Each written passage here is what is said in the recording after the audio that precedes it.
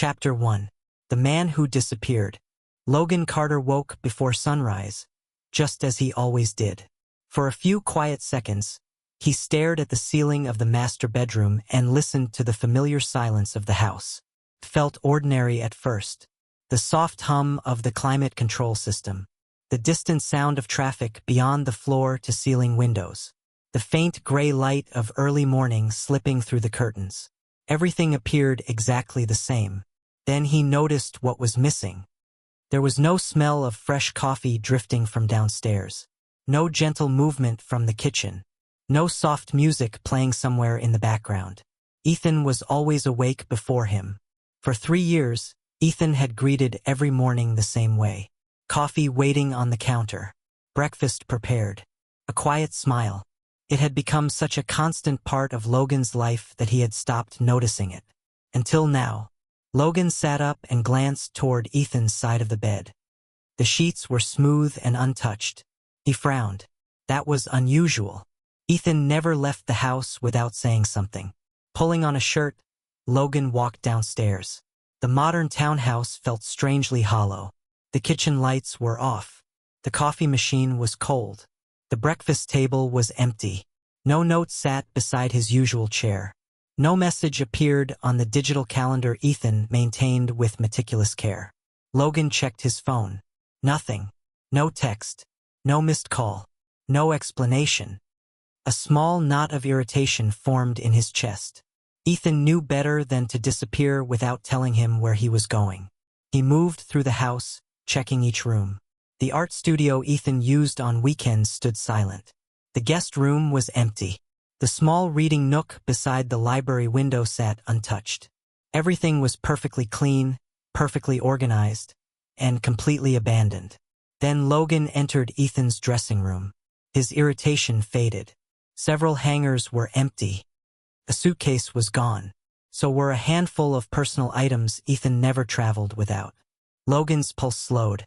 This was not a day trip. This was not an errand. This was something else.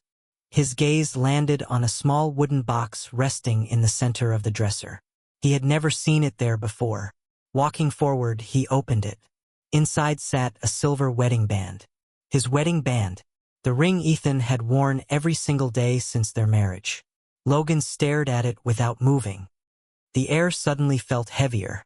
For the first time that morning, an unfamiliar feeling crept into his chest.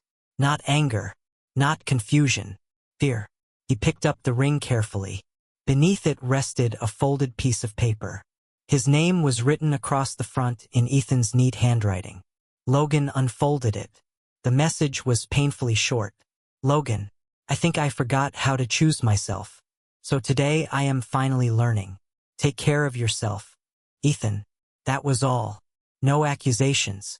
No dramatic farewell. No demand for answers. Just a quiet goodbye. Logan lowered the paper slowly.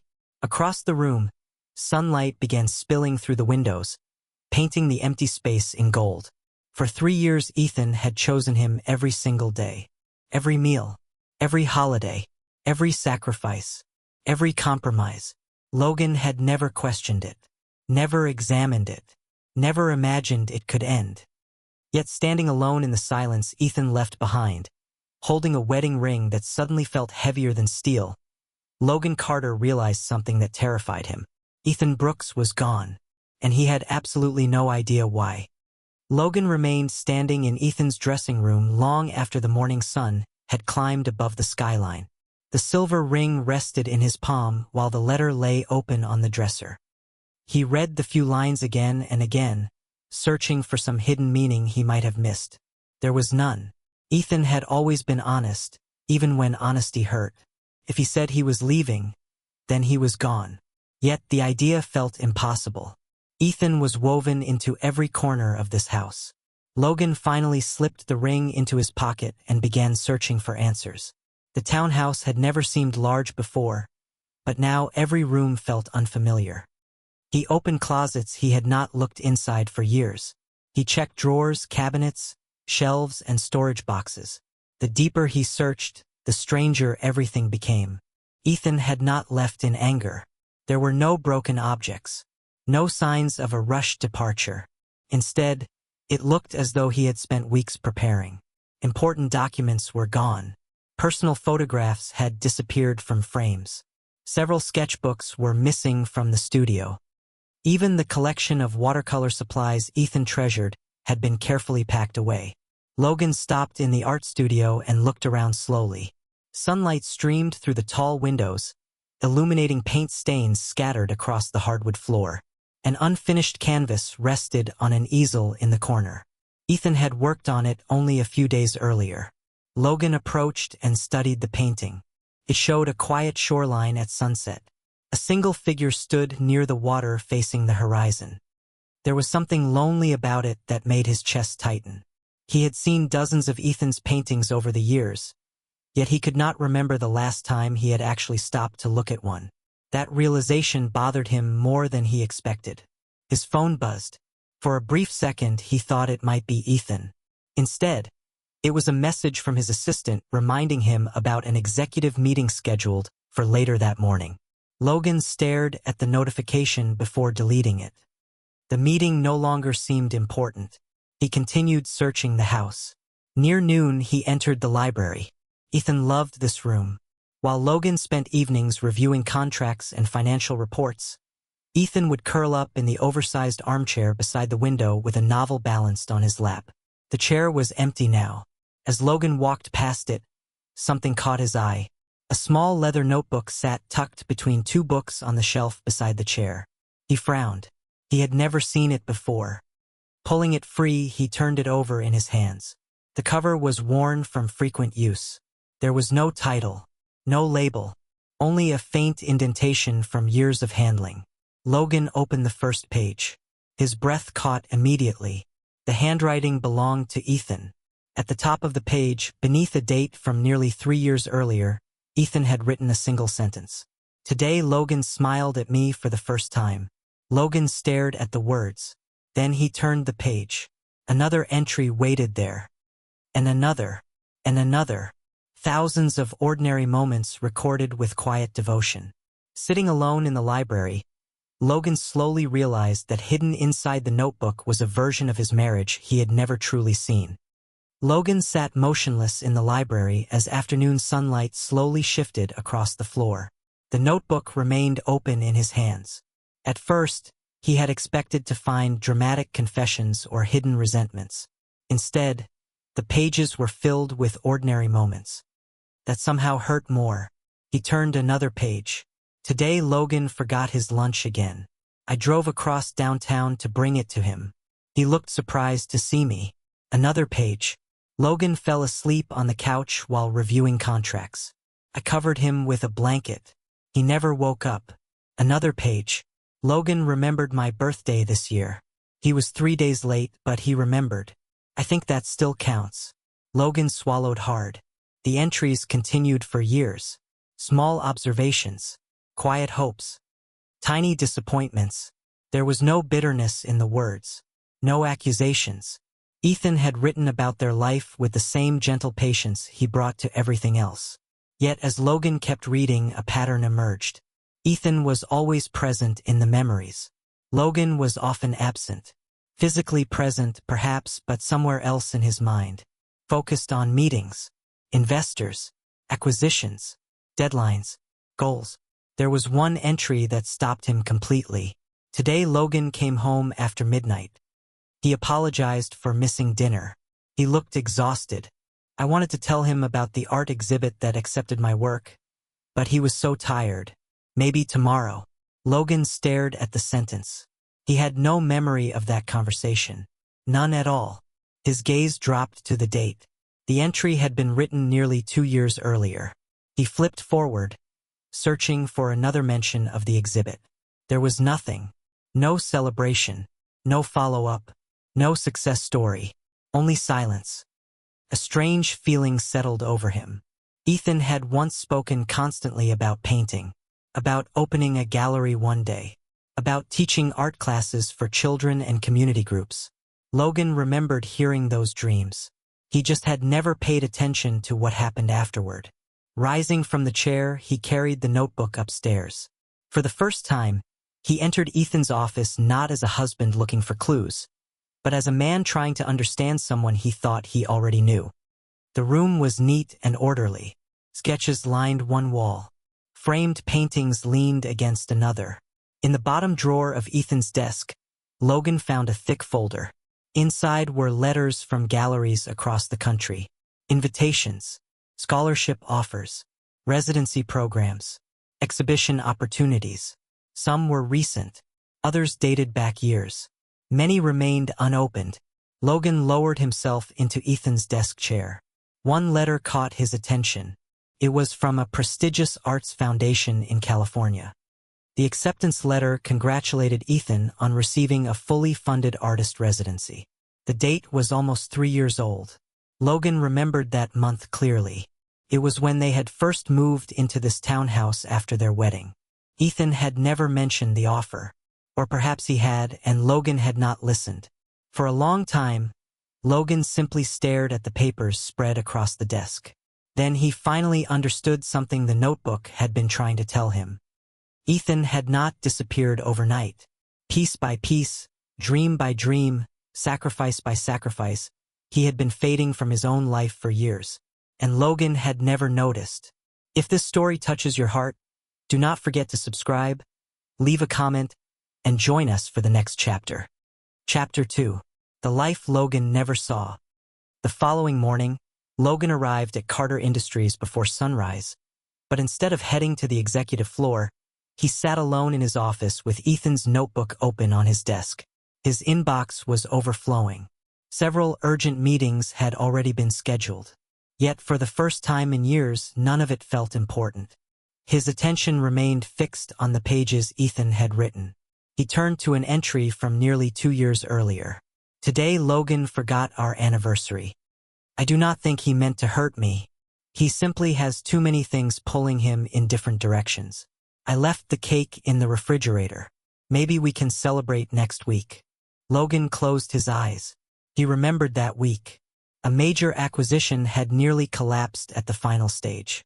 He had spent days inside conference rooms and airport terminals. He vaguely remembered seeing a cake in the refrigerator afterward. At the time, he had assumed Ethan bought it for himself. The realization landed heavily in his chest.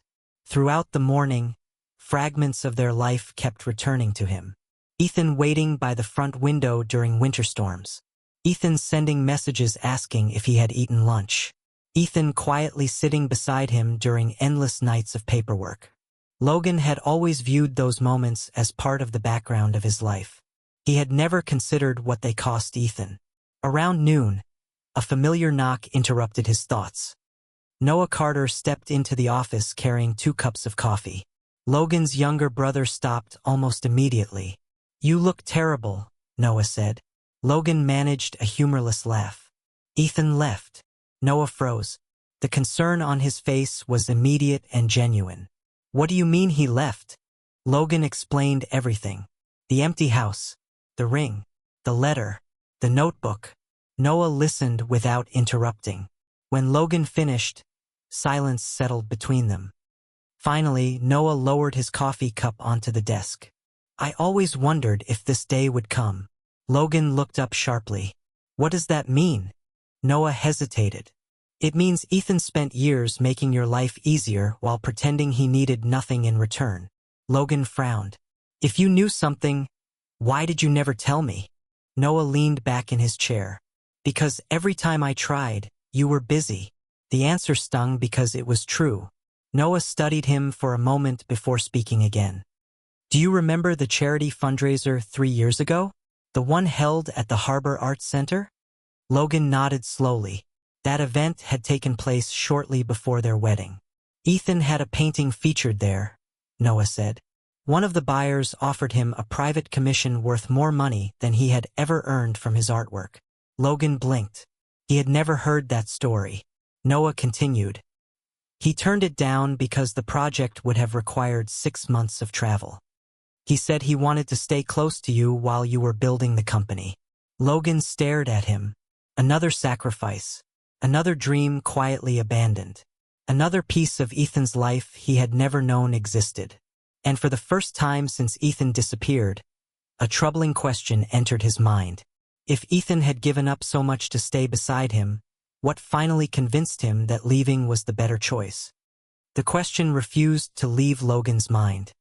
Even after Noah left the office, it lingered in every quiet moment. What had finally convinced Ethan to walk away from a life he had spent years protecting? That evening, Logan returned home carrying the notebook and the folder of gallery letters. The townhouse felt even emptier than before. For years, Ethan had filled the silence with small routines Logan barely noticed. The soft music while preparing dinner. The scent of coffee in the morning. The sound of paintbrushes moving across canvas late at night. Without those things, the house felt less like a home and more like a building. Logan carried everything into the library and continued searching. He worked through drawers, cabinets, storage boxes, and shelves. Near midnight, he discovered a sealed envelope hidden inside a large portfolio case containing several unfinished paintings. His name was written across the front in Ethan's familiar handwriting. Unlike the short letter Ethan had left with the wedding ring, this envelope looked older. The paper had yellowed slightly at the edges. Logan opened it carefully. Inside was a folded document dated almost 18 months earlier. It was not a personal letter. It was a medical release form. Logan frowned as he scanned the page. Then his eyes stopped on a specific section. Organ donation authorization. He read the line again, then a third time. None of it made sense. The form listed Ethan as the donor. The recipient's name was partially obscured by attached paperwork. Logan quickly sorted through the remaining documents. Hospital records, insurance approvals, surgical evaluations, follow-up appointments. His heartbeat accelerated. Finally, he found the page that completed the puzzle. Recipient: Logan Carter. The room seemed to tilt. Logan lowered himself into a chair before his knees could give out. 3 years earlier, shortly before their wedding, he had suffered a serious medical emergency caused by a rare liver condition that had developed unexpectedly. He remembered the long hospital stay, the specialists, the endless testing. He remembered being told a suitable donor had been found through a private medical network arranged by his family. What he did not remember was Ethan, because nobody had ever told him. Logan continued reading with trembling hands. Every document confirmed the same truth. Ethan had undergone months of testing to determine compatibility. Ethan had completed the donation procedure. Ethan had spent weeks recovering afterward. And Ethan had never mentioned any of it. Not once. Logan stared at the paperwork scattered across the desk. Suddenly, dozens of forgotten memories returned. Ethan appearing tired during the months before their wedding. Ethan canceling several art projects. Ethan avoiding long trips. Logan had assumed wedding planning was exhausting him. The truth had been sitting beside him all along. For 3 years, Logan believed a stranger had saved his life. In reality, the person who saved him had been sharing his home every single day. Logan did not sleep that night. The medical records remained spread across the library table while the city outside faded from darkness into dawn. He read every page repeatedly, hoping he had misunderstood something. He had not. Ethan had saved his life and then quietly stepped back into the background as though the sacrifice meant nothing. The realization unsettled him more than anything else he had discovered, because it forced him to confront a truth he had spent years avoiding. Ethan had always shown up for him. Logan had rarely done the same. As morning light filled the room, Logan noticed another document tucked inside the folder. It was smaller than the others. A folded piece of stationery hidden between hospital records. His chest tightened immediately. More of Ethan's handwriting covered the page. This letter had never been mailed. It had never been given to anyone. Logan unfolded it carefully. The date at the top matched the week after Ethan's recovery. Dear Logan, if you are reading this, then something unexpected must have happened. I am writing because there are things I may never have the courage to say out loud. First, please do not feel guilty. Loving someone should never become a debt. I made my choice freely. Logan stopped reading. His vision blurred for a moment before he continued. You once asked me why I always seem happy. The truth is that happiness has never come from grand moments. It comes from ordinary days. Sharing breakfast, watching you fall asleep on the couch after a long week, hearing your footsteps at the front door. Those things matter more to me than you know. Logan gripped the paper tighter. Every line felt painfully sincere. There was no manipulation, no attempt to make him feel responsible. Only honesty. The letter continued. I hope one day you learn that you deserve to be loved even when you are not accomplishing something. Even when you are tired. Even when you are lost. I wish you could see yourself the way other people do. The final paragraph hit hardest of all. If life ever takes us in different directions, I hope you find happiness. Real happiness. Not the kind measured by promotions, profits, or achievements. The kind that waits for you at home. Logan lowered the letter slowly. For several minutes, he simply sat there in silence. Then he looked around the empty library. The empty chair beside the window. The abandoned art supplies. The missing paintings. For the first time since Ethan disappeared, Logan understood that finding him was no longer about fixing a marriage. It was about understanding how he had managed to lose the most important person in his life without noticing it was happening. If you are enjoying this story, be sure to follow, subscribe, and share your thoughts in the comments. Your support helps more stories like this continue. Chapter 3. The Second Choice. 3 days later, Logan stood in front of a small brick building on the edge of a coastal town nearly 200 miles from the city. The address had come from one of Ethan's former gallery contacts. It was the first real lead he had found. The ocean breeze carried the scent of salt and rain as he stared at the sign above the entrance. Harbor Light Community Arts Center. The building was modest compared to the towering corporate offices Logan spent most of his life inside. Children's artwork filled the front windows. Bright colors and uneven brushstrokes covered every available space. For a moment, he wondered if the information had been wrong. Then he saw a painting displayed near the entrance. A quiet shoreline at sunset. A single figure standing near the water. The same unfinished painting he had discovered in Ethan's studio. His heartbeat quickened. Logan stepped inside. The center buzzed with activity. Several adults arranged supplies for afternoon classes while local artists worked in open studio spaces. The atmosphere felt warm and alive. It reminded him of a world Ethan had often tried to describe, but that Logan had never taken the time to understand. A woman behind the reception desk looked up and smiled politely. Can I help you? Logan hesitated before answering. I'm looking for Ethan Brooks. The smile softened immediately. Recognition flashed across her face. You know Ethan? Logan nodded. I'm his husband. The woman seemed surprised but not alarmed. You just missed him. He left about an hour ago after teaching a workshop. Logan felt disappointment settle heavily in his chest. He had come all this way only to arrive too late. Then he noticed something else. Photographs covered one wall near the front hallway. Community events, art exhibitions, charity programs. In nearly every picture, Ethan appeared somewhere in the background. Sometimes laughing with volunteers. Sometimes helping children hang artwork. Sometimes standing beside elderly residents displaying paintings they had completed for the first time. Logan moved closer. The person in the photographs looked familiar and unfamiliar at the same time. Ethan's smile seemed brighter than Logan remembered. His posture seemed lighter. There was a confidence in him that had been missing for years. He built most of this program himself, the woman said quietly. When he arrived, we only had 2 classes. Now we serve hundreds of people every month. Logan stared at the photographs, pride mixed with regret. While he had been chasing growth reports and quarterly profits, Ethan had quietly built something meaningful. Something that changed lives. The woman handed him a brochure from the front desk. Inside was a schedule for upcoming community events. One listing immediately caught his attention. Ethan Brooks.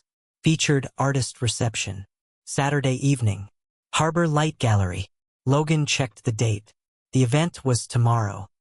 For the first time since Ethan disappeared, hope flickered inside him. He had finally found a place where Ethan belonged. The question was whether Ethan still wanted a place for him there. The following evening, Logan arrived at Harbor Light Gallery nearly an hour before the reception began. The building overlooked the water, its large windows reflecting the golden colors of the setting sun. Guests slowly filled the space, gathering around displays of paintings and sculptures created by local artists. Logan moved through the gallery quietly, studying each piece. Many of the paintings carried themes he now recognized from Ethan's notebook. Home, belonging, second chances, the beauty hidden inside ordinary moments. They were subjects Logan had spent years overlooking in real life. Near the center of the gallery stood Ethan's featured collection. A crowd had already gathered around it. Logan stopped several feet away. The paintings told a story without using words. One showed a man standing alone inside a crowded room. Another depicted an empty dining table with a single untouched place setting. Another showed two figures walking together while facing opposite directions. Logan understood the message immediately. These were not simply landscapes or portraits. They were pieces of Ethan's life. Pieces Logan had never seen.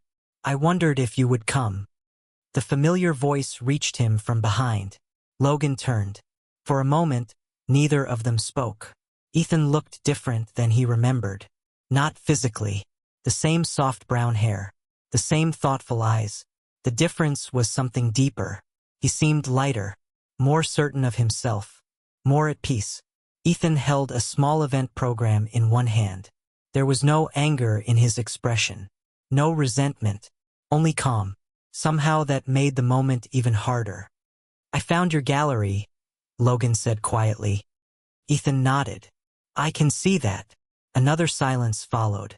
Around them, conversations continued and guests moved between exhibits, unaware that an entire marriage seemed suspended in the space between two people. Logan glanced toward the paintings. "They're beautiful." A faint smile touched Ethan's face. "Thank you." Logan swallowed. "I found the notebook." Ethan looked down briefly. "I figured you might." "And the letters." Ethan nodded again. "Those too." Logan hesitated before continuing. "I found the medical records." For the first time, Ethan's expression shifted. Not dramatically, just enough for Logan to see surprise flicker across his face. Neither spoke for several seconds. Then Logan finally asked the question that had followed him across 200 miles and countless sleepless nights. "Why didn't you tell me?" Ethan looked toward the windows where the last light of day shimmered across the harbor. When he finally answered, his voice remained gentle. "Because I never wanted you to stay with me out of gratitude." Logan stared at him, and in that moment, he realized he still had far more to learn about the person he loved than he had ever imagined. For a long moment, neither of them spoke. The sounds of the gallery faded into the background as Logan looked at Ethan and finally understood the difference between gratitude and love. Gratitude could keep someone close for a while. Love required choosing them every day. And Ethan had been the only one making that choice for far too long. "You should have told me," Logan said quietly.